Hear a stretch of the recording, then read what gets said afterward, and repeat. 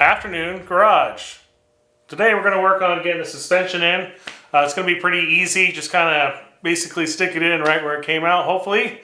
And hopefully I took some good measurements when I took it out. But you know, there's really not a whole lot of adjustability. I think when you rotate those splines, it's going to be radically different.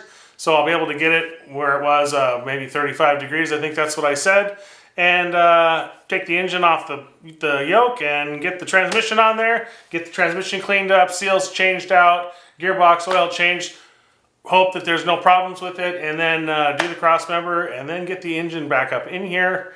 Should just be kind of a plug and play thing. Boy, I've made it really simple.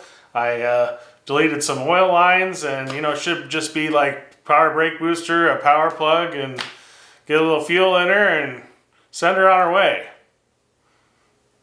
So let's get started on that suspension. All right, getting ready to put the spring plate in. So we know it has to be approximately, well, let's go check the video. Okay, it looks like about 34 degrees. Something like that, 34, 35 degrees. Okay, so that said 35 degrees. So that's pretty steep. So I think what I'm gonna do is I'm gonna put this on here, kind of figure out where it needs to go. I think it's going to be about an angle like that.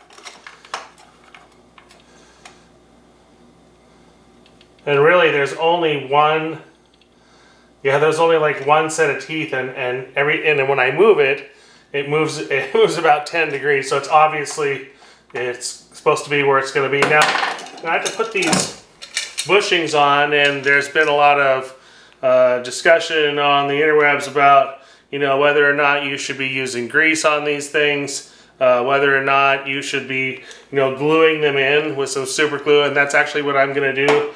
I'm going to glue these things on, and you remember how much trouble we had taking them off. Well, that's basically how they want them to operate. So another thing is, you don't want to, I incorrectly stated, I guess you really kind of want it pivoting on the outside, which means we'll be adding lubrication on the outside of this. You wanted to put grease on the outside. That's not what you want to do at all, because really what you want to do is when the suspension gets at a certain height, you're actually just using the rubber, and the rubber is actually the how it deforms is actually how your suspension is supposed to pivot there.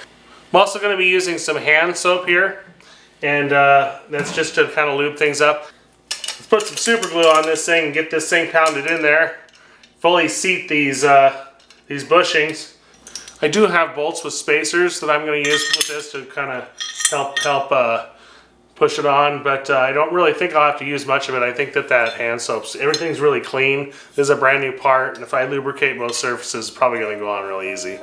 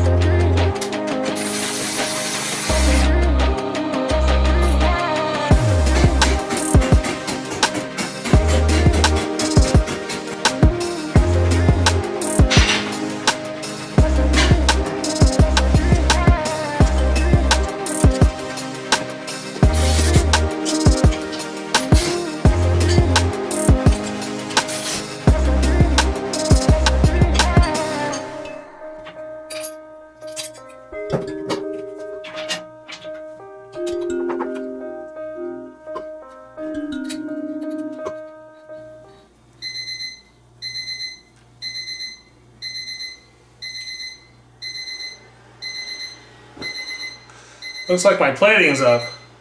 I'll change that, and looks like we got a problem here. Like I was saying in that video before, this thing just hangs on the shocks like that. It's not very good.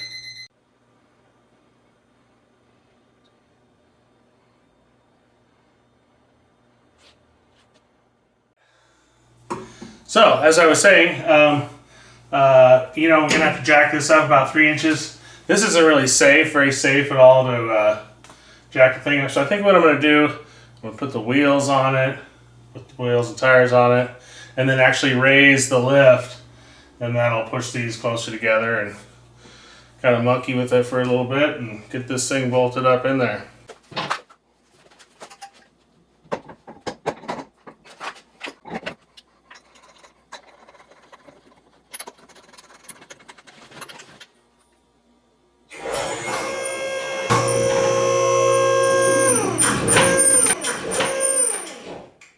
Wow, so because there's no engine in this thing, there's no real counterweight to, well, we're going to have to put those that bottom shock on later. Hadn't really thought of that. There's simply just not enough weight to push the car back down. So, well, we'll just kind of leave them in there like that and move forward and get the engine off the stand and work on that transmission. We are live! No, sorry.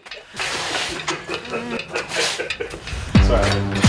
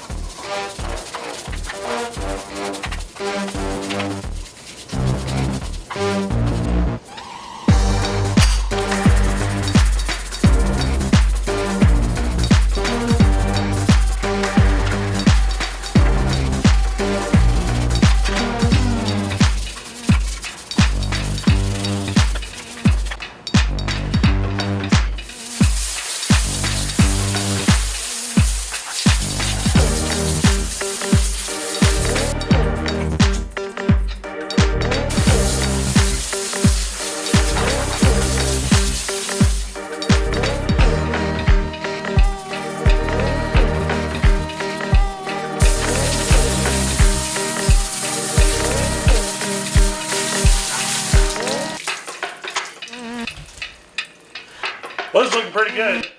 I have to do a lot more work to it to, well, make it look like that.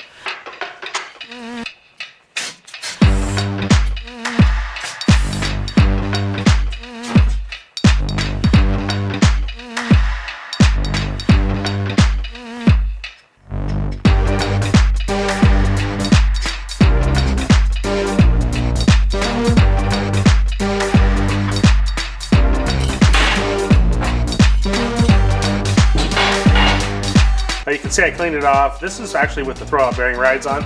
Looks pretty good. I'm gonna just go ahead and reuse it, but there is an O-ring here that's gotta be replaced. I was able to size one of these O-rings up, so we'll replace that. And also there is a seal inside of here. We got that here, that's the front seal. We have a rear seal for the shaft, and I believe that one was leaking because there was a little bit of moisture around it. And then of course the two output shaft seals for the CV axles. So I'm going to be using a little bit of Permatex. Assembly lube is probably not the best thing to use, but you know, it really helps this thing slide together a little bit easier.